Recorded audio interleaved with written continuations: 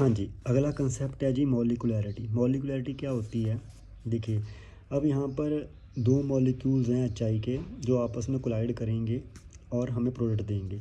यहाँ पर सिर्फ एक ही मॉलिक्यूल है जो डिसइंटीग्रेट हो गया हमें प्रोडक्ट दे देगा।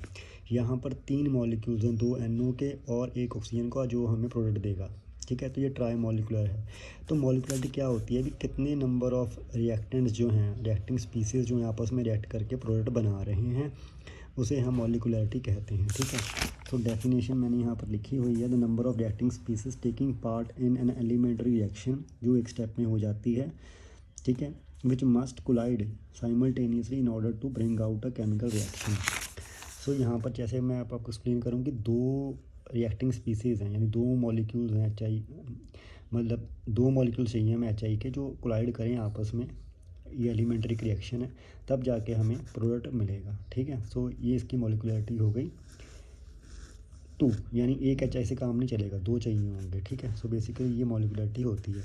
अच्छा, अब 3 से ज़्यादा जब हो जाते हैं ना रिएक्टिंग स्पीसीज, मान लो 3, हमें 3 से ज़्यादा मॉलिक्यूल चाहिए, 4 चाहिए, 5 चाहिए, तो उनकी जो कोलिजन की जो फ्रीक्वेंसी है, यहाँ प्रोबेबिलिटी है, वो बहुत ज़्यादा कम हो जाती है, पॉसिबल नहीं हो पाता। इसलिए हमारे पास 3 से ज़्यादा मॉलिक्यूलरिटी जो है, वो जो होने के चांसेस हैं ना, वो बहुत कम होते हैं। Hence reaction with the molecularity 3 are very rare and slow to proceed, वो हो नहीं पाती क्योंकि प्रोबेबिलिटी कोलिजन की कम हो जाती है। ठीक है, जैसे ये है।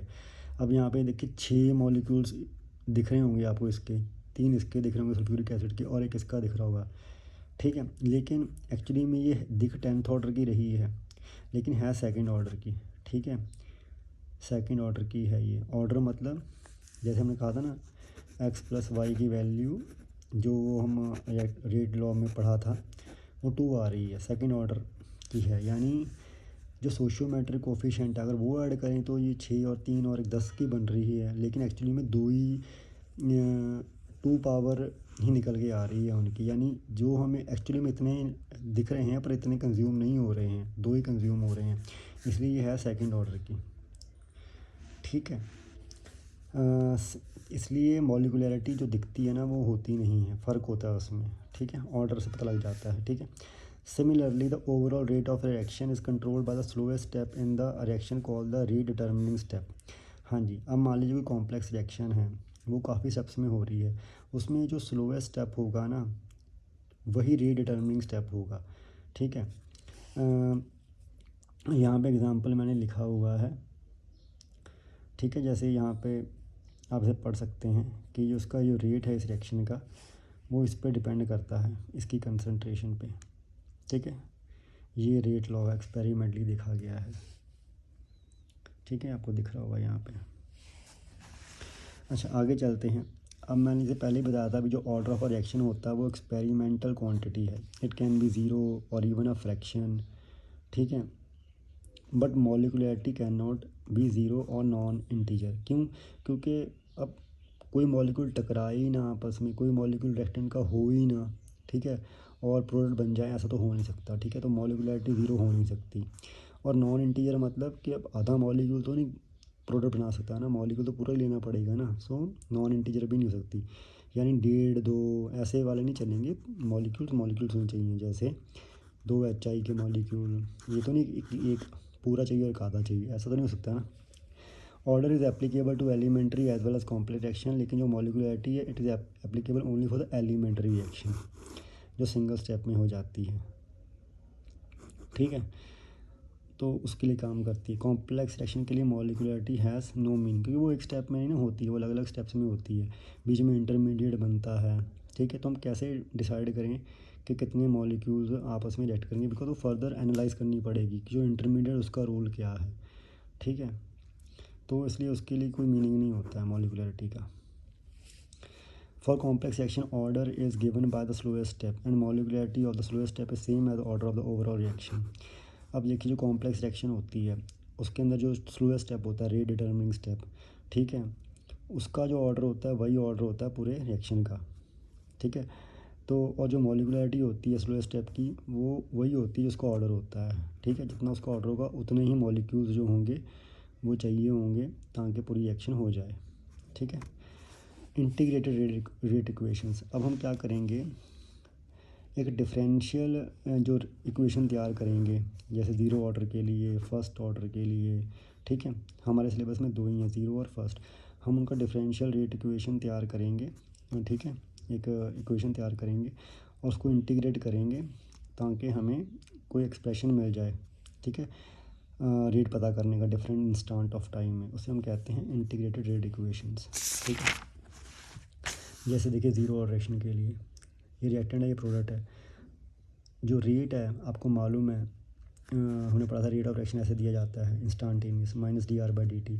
और रेट एक्सप्रेशन कहता है, रेट लॉ कहता है कि ऐसे दिया जाता है k into concentration of reactant, ठीक है, raise to the power x और y। लेकिन ज़ीरो ऑर्डर है यानी वो डिपेंड नहीं कर रही है, ठीक है। सो आर के पावर 0 1 आ गया, ठीक है। और ये dt हमने जो यहाँ मल्टीप्लाई कर दिया, माइनस साइन इसको दे दिया, तो ये बन गया। अब ये डिफरेंशियल फॉर्म है। अब हम इसको इंटीग्रेट करेंगे ताकि हमारे पास एक एक्सप्रेशन आ जाए जिससे हम जो रिएक्टेंट की जो क्वांटिटी है डिफरेंट इंस्टेंट ऑफ टाइम पे वो पता कर पाएँ, ठीक है। तो जब इसको इंटीग्रेट करेंगे तो ये r आ जाएगा, ये यहाँ पे t आ जाएगा और यहाँ पे कांस्टेंट ऑफ इंटीग्रेशन i आ जाएगा, ठीक है। आपको मालूम ही कैसे करते हैं ये। यहाँ पर इंटीग्रेशन लगाया, यहाँ पर लगाया, तो यहाँ से डेरिवेटिव इंटीग्रेशन काट देगा कि कांस्टेंट है बाहर आ जाएगा। यहाँ पे dt जो है उसका यहाँ 1 है तो t आ जाएगा यहाँ पर, और यहाँ पर कांस्टेंट ऑफ इंटीग्रेशन i आ जाएगा। तो जब t 0 होगा तो आपको मालूम है, तो जो हमारे जो कंसनट्रेशन होगी रिएक्टेंट की वो ओरिजिनल कंसनट्रेशन के बराबर होगी r0, ठीक है।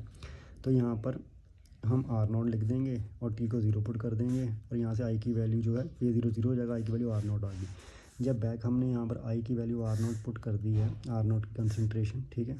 सो उससे हमारे पास ये एक्सप्रेशन आ गया। तो यही तो हम इंटीग्रेशन से चाहते थे, इंटीग्रेटेड जो हम करना चाहते थे इंटीग्रेटेड रेट इक्वेशन, कि हमें ऐसी इक्वेशन मिले जिससे हम एट आफ्टर टाइम टी कितनी कंसनट्रेशन रह गई रिएक्टेंट की वो हमें फॉर्मूला मिल जाए। तो हमें मिल गया, ठीक है।